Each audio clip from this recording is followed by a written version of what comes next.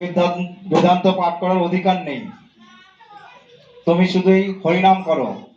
চৈতন্য মহাপ্রভু হরিনাম করে, চৈতন্য মহাপ্রভু তখন বলছেন, আমি হরিনাম করে আমার এমন মনের ভিতর বিকারিত হয় যে আমি পাগলের মতো হয়ে যাই।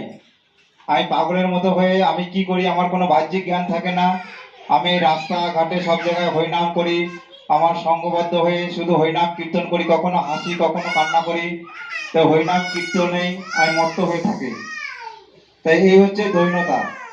তাই এইটা বলার পরে তখন চৈতন্য মহাপ্রভু বেদান্তর অধ্যয়ন করেন। সে বেদান্ত পাঠ শুনে তখন যত কাশী মিশ্র ওইখানে যত পণ্ডিত ছিলেন সবাই অবাক হয়ে যান।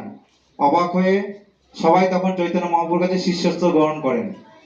তা এখানে সিদ্ধান্ত হলো যে খুব ভালো পঠন করে কিংবা খুব ভালো বক্তৃতা দিয়েও ভক্ত হওয়া যায় না, বড় পণ্ডিত হয়েও ভক্ত হওয়া যায় না। ভক্ত হওয়ার মেন যেটা